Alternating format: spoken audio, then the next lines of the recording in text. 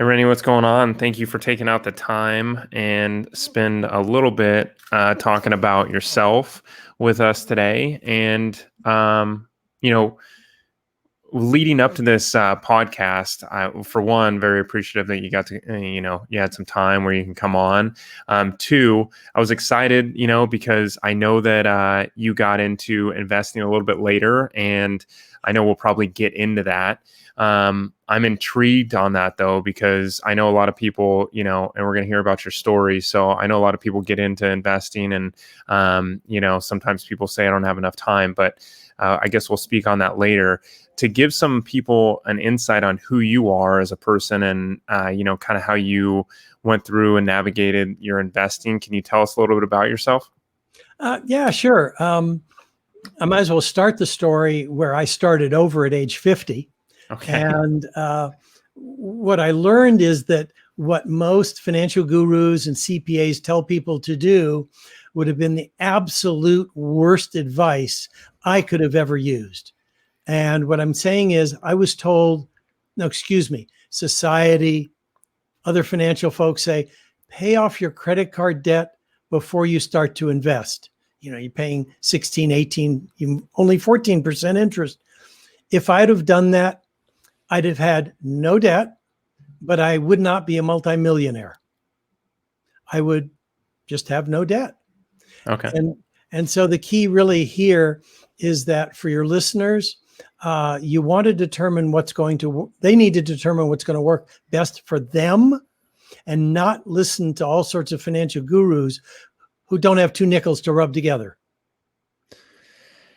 I agree with that.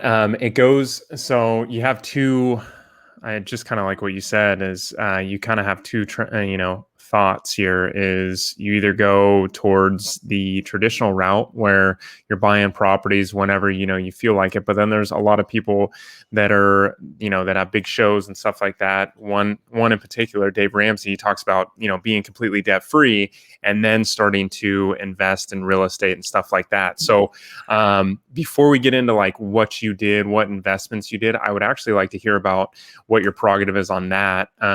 It sounds like you have a different story, which obviously has tailored you to a position that, you're very well off. So can you speak to that a little bit? Oh, yeah, absolutely. And, maybe Dave Ramsey's advice works for Johnny Lunchbucket or Susie Ormans or someone's CPA. But here's what I've seen, and I've been around for a long time. I'll be 73 years old this year. You don't even look like it. Thank you. And what I've seen is in the 40 plus years I've been counseling other people, when they pay off debt, consumer debt, credit card debt, it's nothing but a roller coaster because it comes back because they haven't learned how to handle money effectively to begin with. But they get out of debt and some emergency comes up and they're back into debt again. And it's this roller coaster ride. In debt, out of debt, in debt, out of debt. And by the time they reach 50, 60, 70 years of age, they've got no assets that generate an income so they could choose to work instead of having to work. Yeah. Yeah, I agree with you on that. I guess it comes back to fundamentals. And I think, yes, at least for let's speak on Dave Ramsey and then go towards your fundamentals. Well, his is he has he went into some situation where he had to go back to fundamentals to get out of what he was in. And the same thing for you, you know what I mean? You put, and the biggest thing is putting those fundamentals and those building blocks into place to be successful, in the next couple of years, in the next 10 years of your life.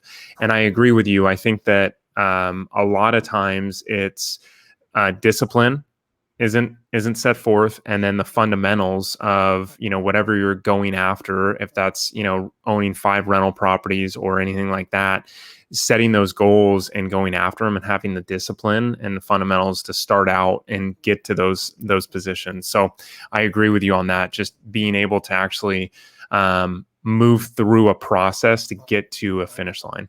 Yeah, and I agree with you completely. You say fundamentals, I say foundations. There are certain foundational ways of handling money that 9 out of 10 people have not been taught. Only 1 out of 10 have I ever run across, and I've spoken to thousands and thousands of people in workshops and seminars and UCLA classes I teach. Only 1 out of 10 has ever been taught any of the foundational information to handle money effectively or powerfully.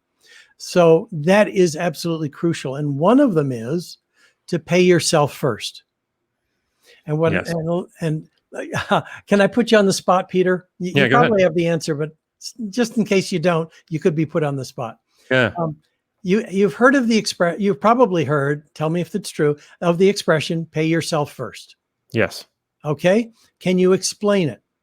Yeah. So paying yourself first is how I've always learned it. So, when you get a paycheck, so you're working for a company, you get the paycheck and you pay yourself for the future and your future finances. So for instance, you pay yourself as let's say $500 you want to save a month. You pay that, you put that aside, or it's taken out of debited out of your account, or you go into 2 different accounts from the paycheck that you get. One goes to an account, $500, and the other one goes to all your expenses. So that $500 is paying yourself first, and then you're paying all the other expenses and life expenditures of your life are going into another bucket. Very good. So I get 1 out of 10 people when I'm on a podcast interview that can answer that correctly. Okay. And it doesn't matter if it's a paycheck or you're in business for yourself, or you're on commissions, you're a solopreneur. It doesn't make any difference. When money comes into your hands, some portion of it needs to be set aside that you're going to keep for the rest of your life, whether it's $500, whether it's 5%, 10%, whatever it is. And that's the money you use to invest. That's the money you use to buy stocks or bonds or real estate or self-storage facility. I don't care what you invested in, but it never leaves your hands except to invest in an income producing asset. And like I said, only 1 out of 10 people understand that. But here's the sad part is that I get a lot of people who say, "Oh, I've heard that before." Or, oh, I know that, or that's not new to me. Well, ordinary people will make statements when they hear familiar information, but someone with a wealthy mindset asks questions when they hear familiar information, like, how would that work for me? Or where would I invest the money? Or when will I begin? Or who can support me with that? And that's the big difference between someone with a wealthy mindset and someone with an ordinary mindset. The difference between making statements or asking questions when you hear familiar information. Yeah. And I agree 100%. I think, I think a lot of people hear that type of analogy and also, strategy. And then once they hear it, it goes out one, it comes in one ear, it goes out the other, and they don't retain it. So they don't take that, and then they use it as a, as a fundamental, going back to foundation, as a foundation to put them into a better position, currently, and then later down the road. Exactly. And, to illustrate how dramatic that is in 2 areas. One, not using it to pay off credit card debt, and 2, using it to instead invest for the future. When I was 50 and broke after 2 divorces and a business failure and starting all over, what motivated me was looking down the road 15 years and saying, am I going to be eating cat food or tuna in 15 years? And so I started paying myself first. It was the 3rd time. In 3 years, I'm 53 now. I've saved up a whopping $18,000 that I could have used to pay off my credit card debt. But instead, with my wife and another realtor, the 3 of us invested in a 3-unit property. And I started working 7 days a week. I was doing business coaching, earning $5,000 a month. Like I said, I was setting $500 a month. That's how I built up the $18,000, and I poured it all into this 3-unit property. And it was mismanaged. It had deferred maintenance. We didn't have the money to do the repairs. I did a lot of it myself. But in the next 5 years, we went from that 3-unit purchase to 50 units we owned and managed. I borrowed money to make down payments on more apartment buildings, which is what wealthy people do. They borrow money to create wealth. I didn't borrow, I didn't buy, it wasn't consumer debt. Yeah. And by the 3rd or 4th year, I'd paid off that credit card debt from the cash flow of the properties. Yeah. So, like I said, if I'd have used it to pay off the credit card debt, I'd have no debt, but I wouldn't have multi-million dollars of real estate equity. Yeah.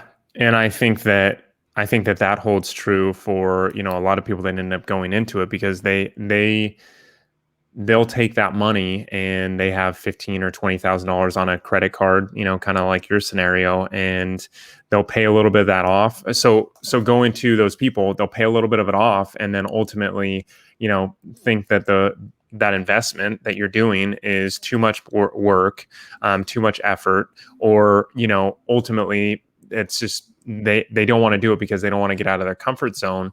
How do you speak to those people, especially, let's not talk about paying off, the complete debt, but just getting out of the mindset of like, okay, well, I do have 18,000. I could, pay off this credit card debt, or I could buy this place.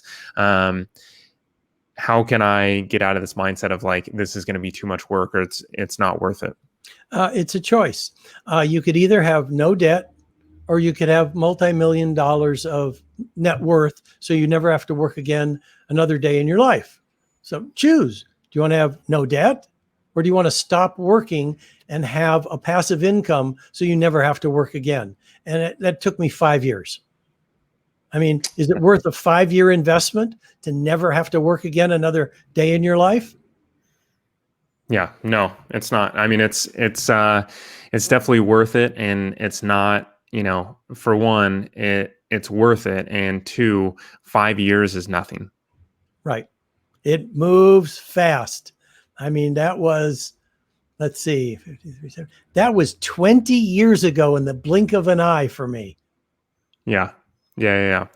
And so for you, obviously you're back against the wall and trying to figure something out, figure something out. What was the catalyst that got you into real estate investing that said like, this is going to be, the thing that I'm going to get into at 53 to make this happen?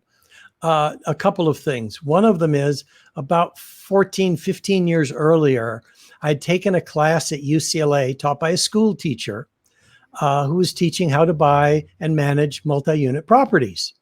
So it seemed like a great idea. And 15 years later, I was able to put it into practice. So that's one part of the story.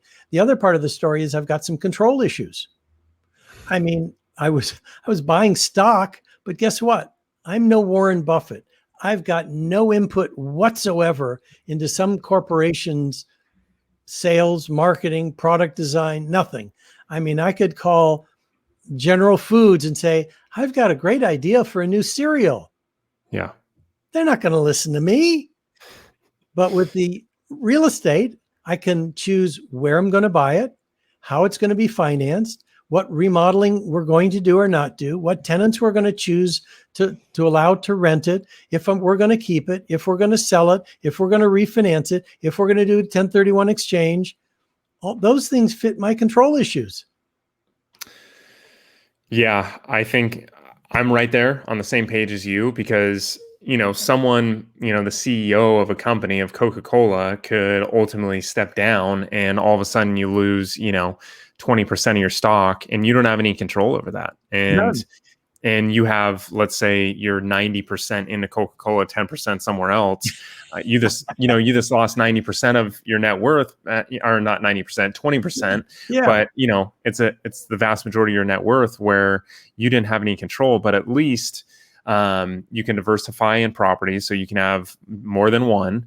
Yes. And multiple units on, under a roof. Yep. And then on top of that, you can dictate that outside of the market crashing like it did in 08, 9, 10. You can really dictate what comes and goes for your properties, and you can be, as aggressive as you want, or as, passive as you want with real estate, which is, completely different than the stock market. Oh, yeah. I mean, forgetting about the tax advantages, which are fabulous.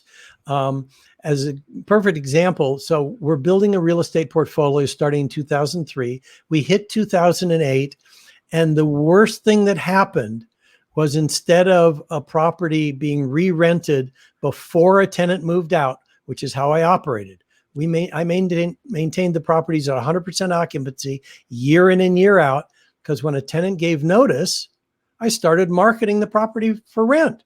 Yeah. Well, in 2008, it took 3 weeks, and a unit was empty for 3 weeks before it was rented. That's what happened to us in 2008. Prices may have declined, but not our rental income. Yeah.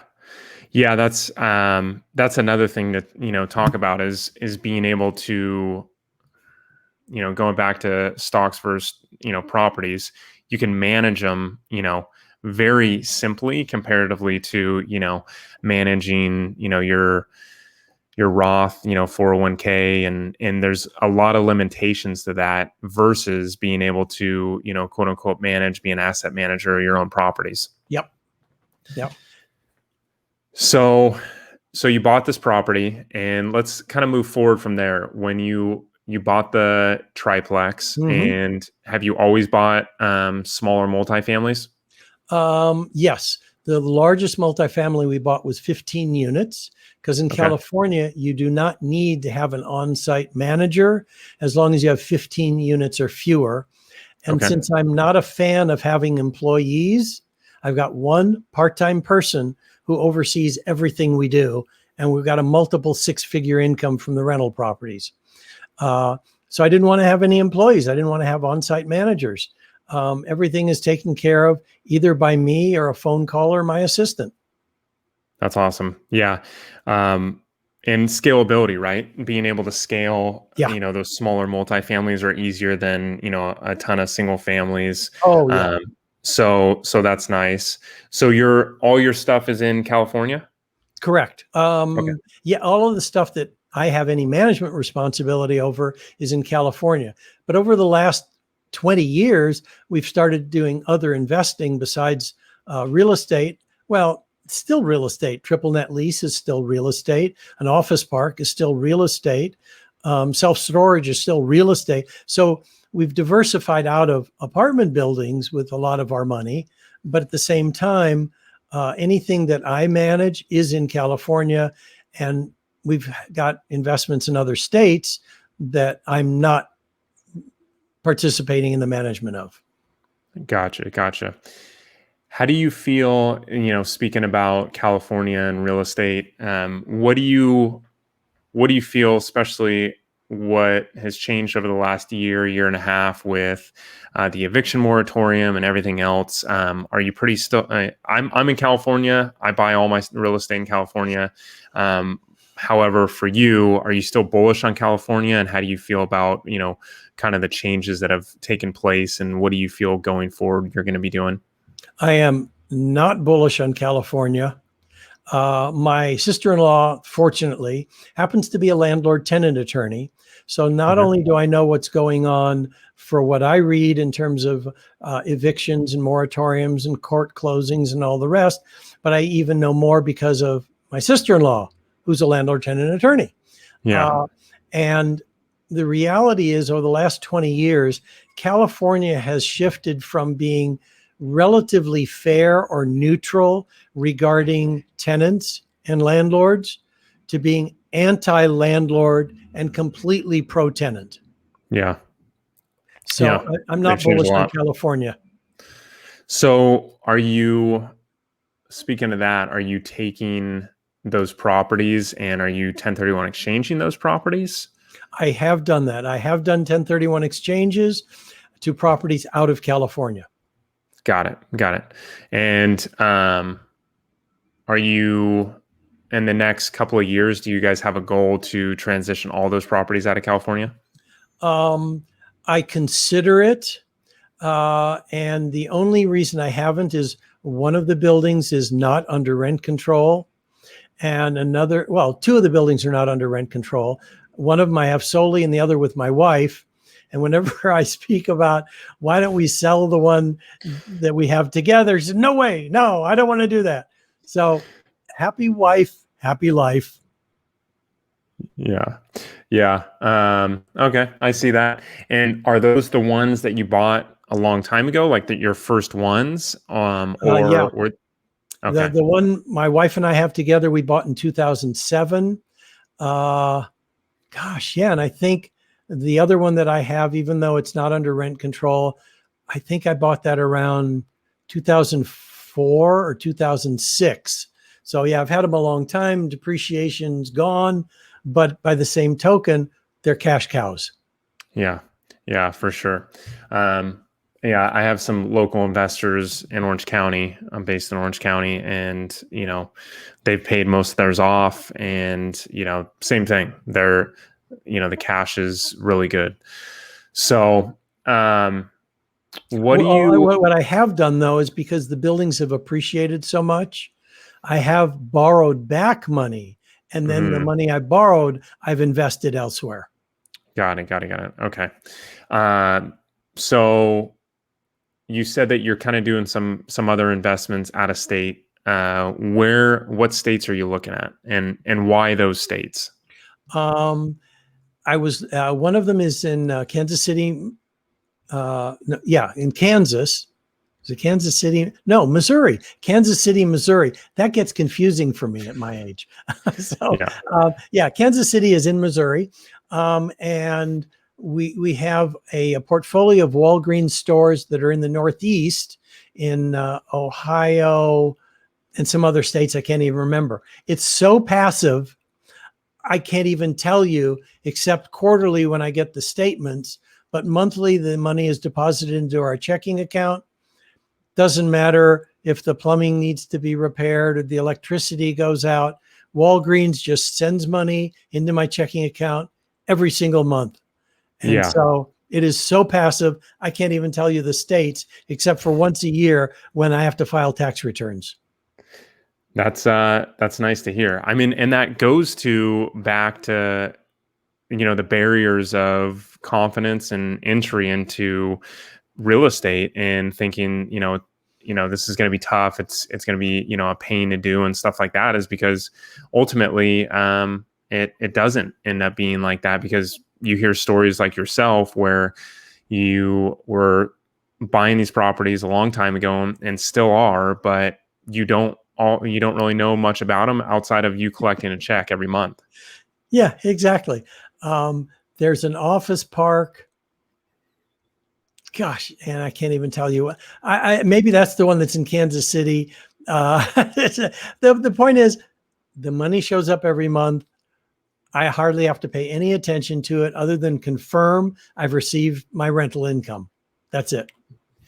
That's nice to hear. I mean, and those things, being able to, just like you said, depreciation. So depreciate an asset, 27 and a half, or 27 and a half years on single families, 39 on a commercial. So doing that every year, paying down the debt, someone obviously paying for that debt for you, Right. and then any type of repairs, and then obviously interest write-off. So all those things are huge benefits as a real estate professional.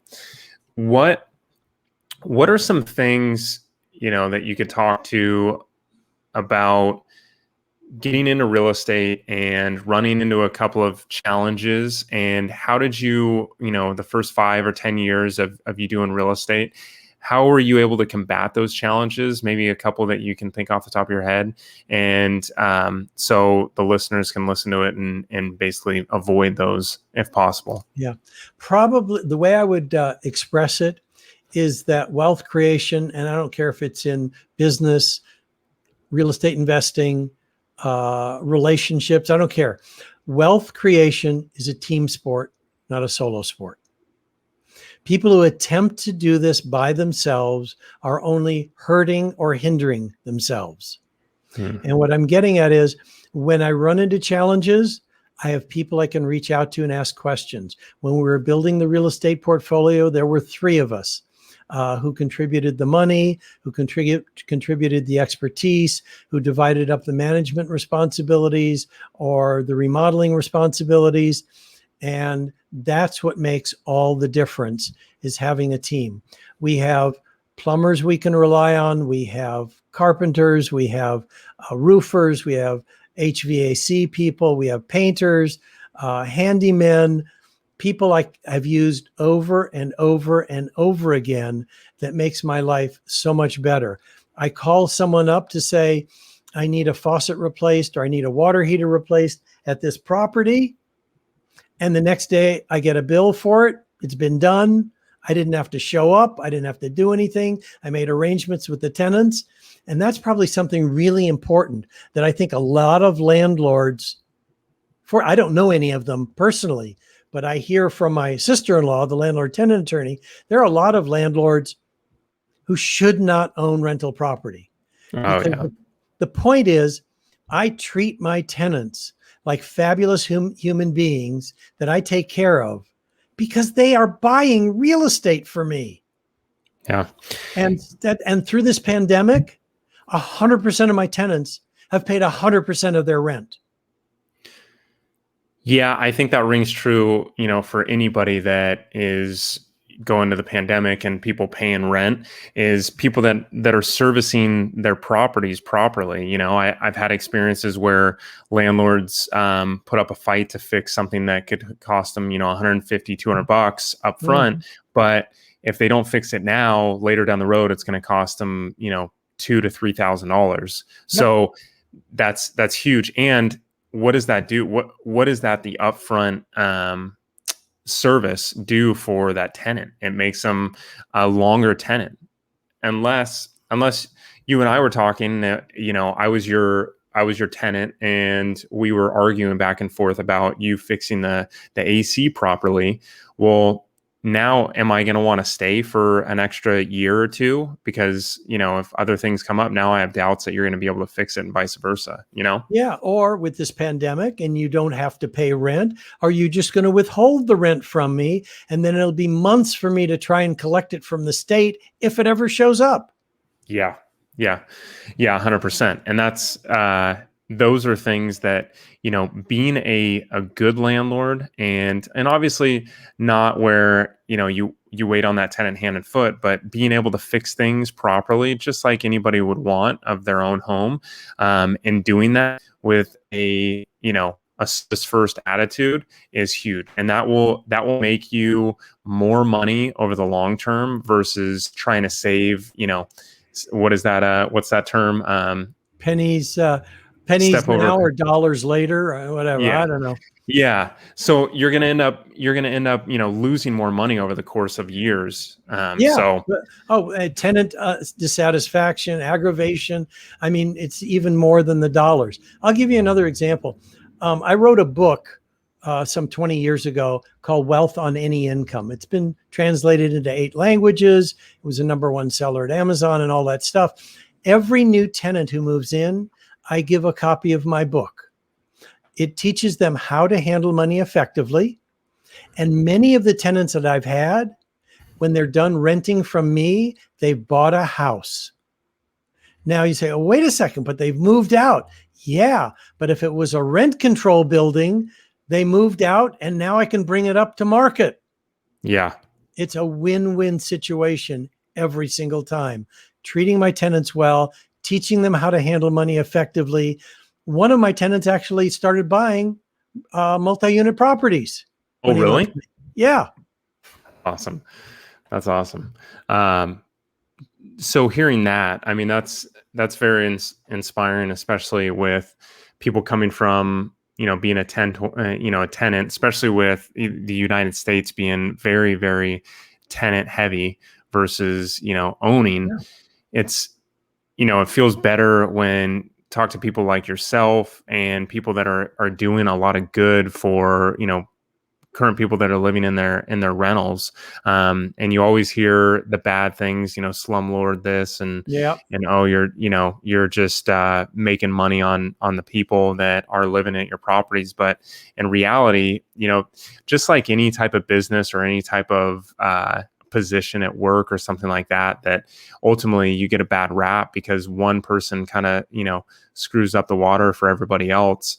I feel like that's the same thing here, is where, one person is just, nickel and diming the tenant over something, but the vast majority of people that I talked to over 2019 were still getting paid all their rent. Maybe someone missed 1 month of rent, but that was it. Mm-hmm. Yeah, I have one tenant who's behind. She's filled out all the paperwork for me to be reimbursed. I filled out the paperwork to be reimbursed. She's 5 months behind. And when the money ever comes from the state or the city, I have no idea, but we're doing what we can. The tenant and I are working together. Yeah. That's, that's one of those things where ultimately just being nice to people and making that kind of that transition, doesn't matter what you're doing, it goes a long way. And I think that, rings true to landlords too. I agree completely. So we'll transition a little bit. What do you see, what's your plans for the next 5 years on investing, and how you're kind of looking at the market for other deals and other assets that you're going to be buying? At my stage of life, I'm not looking for any more investments. Okay. We have more money than we'll ever need to live on for the rest of our lives, and still pass on money to our children. And so we're set. We're not looking for anything more now. We've got a fabulous income. And my wife and I live relatively frugally. I mean, our cars are paid off. Although we paid off the house, we borrowed back the money and put it to work so that now the house is even generating an income. So again, we're comfortable. There's no need. I mean, we get to a certain point, my wife and I, where we have enough. And the sad part is when other people don't recognize when they have enough. Like, no matter how much they have, it's not enough. And, they're just not happy people. Yeah. Yeah. I agree with that.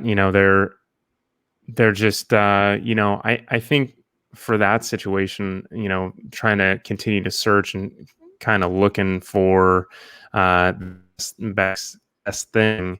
I think they're doing it just to fill a void or something like that. Yes. And one of the things that I am doing, instead of trying to have more, is donate more to charities. 100% of the profits from the work I do, teaching other people how to handle money and hopefully become philanthropic, I donate 100% of the profits to the charity Shelter to Soldier. And they're not too far from you. They're in San Diego, but they rescue dogs from environments where they would have been euthanized, and they're trained as service animals for soldiers who've come back with PTSD or traumatic brain injuries that might have otherwise committed suicide. So this charity is saving 2 lives at a time, and they get 100% of the profits from all the work I do at this point in my life. That's huge. I know a lot of people that, giving back is something that, feels, good for you to do, but at the same time, you're helping someone else, and you're providing something that, a lot of people need is, financial support, or donations to help a cause. And that's huge. I've always heard that that's, a really good way.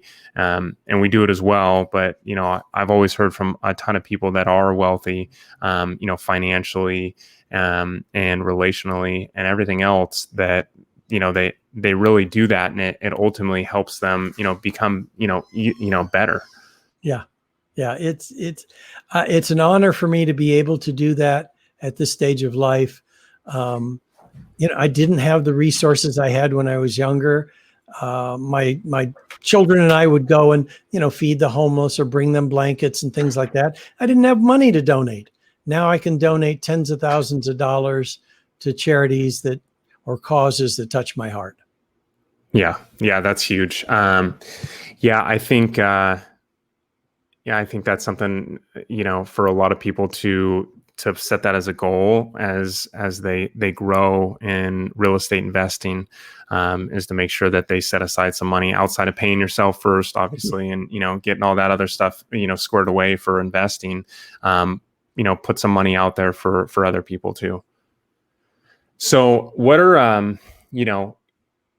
let's talk to the people that are a little bit older and, they want to invest and they think that, there's no more time to do it. Speaking to someone that did it later in life, what were some challenges that you faced and how did you overcome those challenges? The challenge was fear that I'm going to put all my money into an investment. I mean, that was the most money I'd had at any point in time was $18,000, which sounds so silly. But a couple of marriages and divorces will do that to you.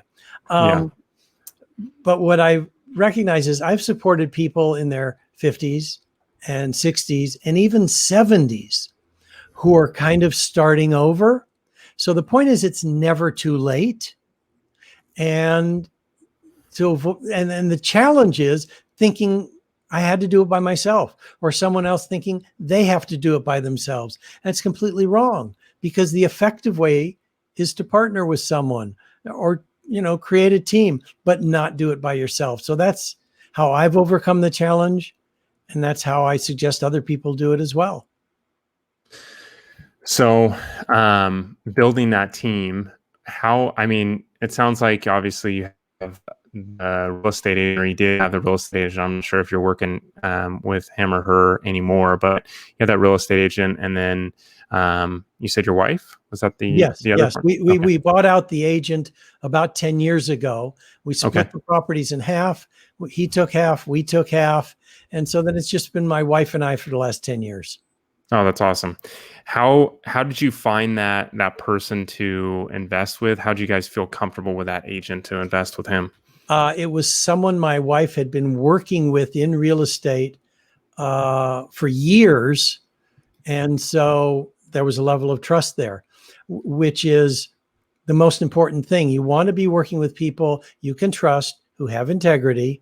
And there are ways of finding that person, even if someone else hasn't already worked with them for years. There are ways to do it. As an example, there are probably people that if someone reached out to you, Peter, and said, Peter, I'm thinking of flipping a house. Is there someone who does this that could be trusted? You may know that person. If I was a member of a real estate investment club, I might go to the president of that club and see if either I could partner with him or her, or have them refer someone in the club that they know that has integrity that I could trust. So there's ways of doing it. Yeah, for sure. I think that barrier of entry for, getting into partnerships, people always hear kind of the bad side of what partnerships can be, but ultimately, you can usually get someone that does, one side of the partnership, they're dealing with the contractor and the numbers, and you're finding the deals, or vice versa. Talking about, maybe partnering up for a flip or something. So those are things to look at. What your strengths, what your weaknesses are. I still have trouble at times doing that, especially with, certain people that I meet and kind of still navigating that. But those things really help, and obviously helped you guys be in a position to invest with someone that, you've built a relationship with, or your wife, and ultimately felt comfortable with. Yeah. I mean, figure it this way. If he's willing to put up half the down payment and put that much skin in the game, it ought to be someone I could trust. Yes. And it was. Yeah. And, along the same lines, there does need to be a level of comfort. And you talked about, you were referring to a delegation of responsibilities. Mm-hmm. And if you look at most successful businesses, because I did some angel investing for a little bit, and what I learned is there are two people that create very successful businesses. And one person is a visionary and the other person is an execution master. Yeah. In other words, one person sees what can be in the future and the other person can carry out that vision. And there's household names that have done that. I mean, Berkshire Hathaway with Warren Buffett and Charlie Munger, Elon Musk and his companies, Apple Computer with when it was Steve Jobs and Steve Wozniak. If you go through the most successful companies, they had at least two people who made them successful, and they had different skill sets. Yeah. Yeah, for sure. You got to keep those skills and know what those skills are throughout the time of your life, and really just make sure that you're working with people that, have the complete opposite. Yeah. Because that, like you said, you end up partnering up with someone that has the exact opposite skills, and you guys pair really nicely. You guys can be really successful. Yeah. So going back to what we first started talking about, having that debt and everything like that, going into it, if you're talking to someone to change their mindset on saying like, okay, well, hey, I'm continually like paying on this debt, and I don't want to change it. How do you? I know mindset's really big. So how would you think, or I know, but how do you believe that people change their mindset to get out of that rut of, hey, let's just continue to pay on this, and then maybe eventually we'll get that rental property? Yeah. I put a chart in my book, the Wealth on Any Income book, that shows if someone focuses on paying off a $6,000 credit card debt, we're only talking $6,000, and let's say they can set aside $300 a month to do it. In a couple years, they'll have paid off that debt in full, interest and everything.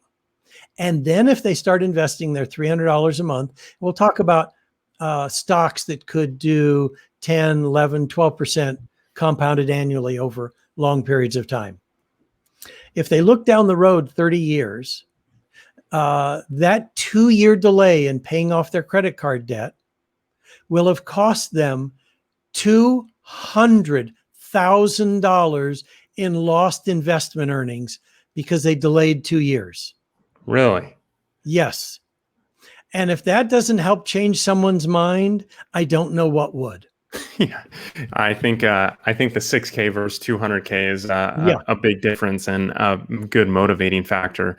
So 200K. So and that's on $300 a month. That's all. Yeah. They'd have a $1 million portfolio on $300 a month. Yeah, that's massive. So okay, let's say that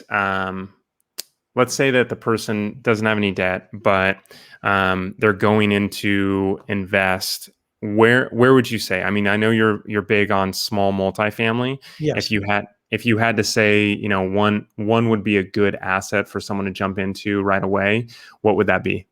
If they don't already have a place where they're living, I would say buy a 2, 3, or 4 unit property to start with, because they can finance it just like a single family house. They can get their feet wet in terms of what it takes to manage it. And then they can learn what works and what doesn't work, so they could begin buying more properties. Yeah. So that's where I would suggest starting. Okay. We'll transition a little bit. And Rennie, what tool or online resource are you using right now for real estate or anything for your business that's really helping you be more efficient? The primary tool that I have to operate almost everything I do is a contact management software program. I happen to use Goldmine. Other people use ACT. Some people use Outlook. But without a program like that, there's no way to keep things straight. I mean, if you're going to have conversations with people, you want to remember what you said and what they said. If you want to be reminded of reaching out to certain people, you want to have something that reminds you. So a contact management program is crucial. And there's plenty of them on the market. And, I tie that with our accounting program. We use QuickBooks. And between those two things, we've got everything we need for anything we want to do. That's huge. Okay. And what about one book recommendation? Mine is one of them. Yeah. And I see that sign. That's why I smile too. Yeah. Uh, So besides my Wealth on Any Income book, there's two others I would recommend. okay. One of them is foundational from the standpoint of a concept that's been working for 5,000 years. It'll still be working when you and I are dust. The book is called The Richest Man in Babylon, Sounds good. which explains the concept of paying yourself first. Yeah. And the second one is by Napoleon Hill, called Think and Grow Rich. If you want to know what the wealthiest people in this country did around the turn of the century to become the wealthiest people in the country, read Think and Grow Rich. Okay. Yeah, both of those I've read both those. They're really good. Yeah. And again, Think and Grow Rich talks about they didn't do it by themselves. They had a mastermind group. That's the team approach. Yeah. Yeah, for sure. Well, this has been good. Rennie, where can people find out more about you, buy your book, and everything else? They can go to my website, which is wealthonanyincome.com. And if they go /TEDx, they'll actually be able to see the TED Talk where I talk about how society, books, TV programs, movies have programmed people to think it's better to be poor than wealthy. So subconsciously, we've been programmed to think it's better to be poor. And the cure is a 9-step roadmap to complete financial choice that they'll also get if they go to wealthonanyincome.com /TEDx. Okay, awesome. Well, this has been, I'm especially very enlightening. You have a lot of good concepts. Obviously, you've been really practicing this over many years, being able to apply these concepts in the foundation that you talked about. I really appreciate your time, and I know the value that you gave to the people that are listening. So I really appreciate it. Thank you so much, Rennie. You're welcome, Peter. Thank you for the opportunity and to talk about the charity that means so much to me that gets 100% of the profits from my work. Yeah, of course. Well, we'll talk to you soon. Thank you so much.